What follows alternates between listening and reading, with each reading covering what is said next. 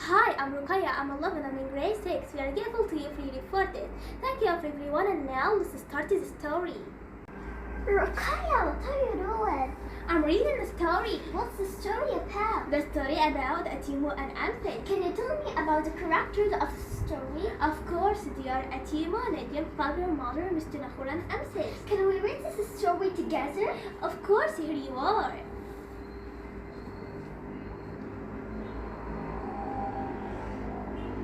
Raqية, are you sleeping? Raqية, what is this boy called? Once upon a time, a long time ago, a boy called Atimu lived with a mom daughter. His home was in a small village, and he lived with his parents and his big sister Nadim. Atimu was 12, but he didn't go to school. His father worked as a carpenter. He was teaching Atimu how to make things from wood. Atimu loved animals, especially birds. He liked to watch the birds that came into his yard. Every day, Atimu would throw the grain to the birds, enjoyed watching them eat. Often, his sister's cat came into the yard and watched the birds too. It sometimes would jump on the birds, but it never caught them. It was a very slow cat. What did Atimu see? One day in October, Atimu was in the yard when he heard a strange noise. He looked up and saw something amazing. A huge flock of birds were flying over his village. They were coming down to a field nearby. Mom! Shouted Atimu. There are so many birds. Can I go and see them? His mom came out of the house and looked. Wow! He said, yes, you can go. She filled the bowl with the grain. Here you are. She said kindly, you can take this for them. Wow, it's a beautiful bird. When Atimu got to the field, he couldn't believe their eyes. There were thousands of birds. Every one of them was light gray, with shiny green feathers on his neck and purple feathers on his chin. They were beautiful. They called to each other with a loud hoo sound. Atimu threw the grain to the birds. They ate it hungrily. Then suddenly they flew into the sky again. Atimu watched them go.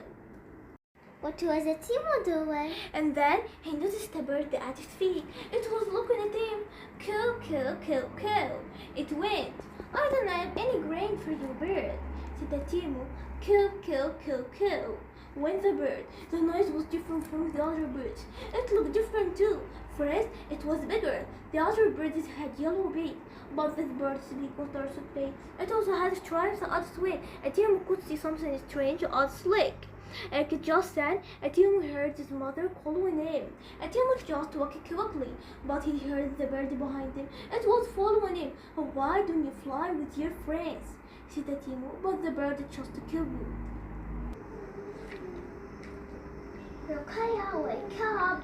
Oh, what's the problem? When Atimu got his yard, the bird came in after it. He watched it while he claimed vegetables for dinner. Then he saw Nadim again. It was watching the bird too.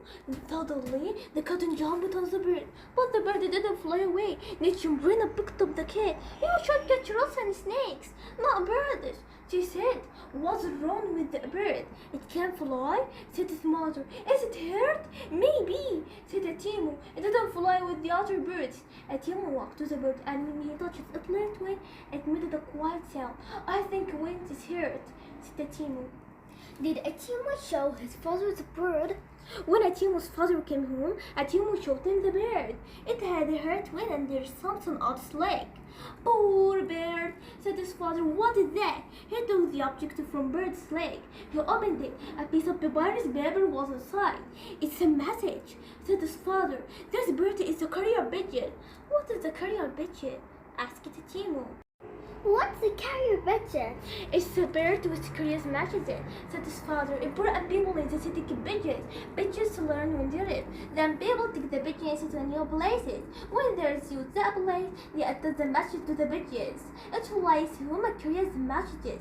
That's why they are called carrier pigeons. That's very clever, said the chief. So what does this message say?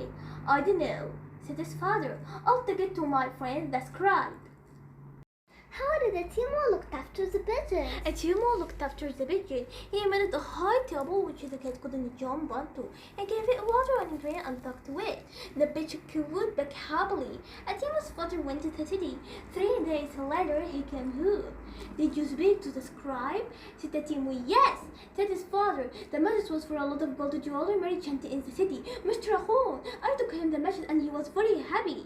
It was from important, a lot of gold jewelry, many chant from the capital city. It was very important for him.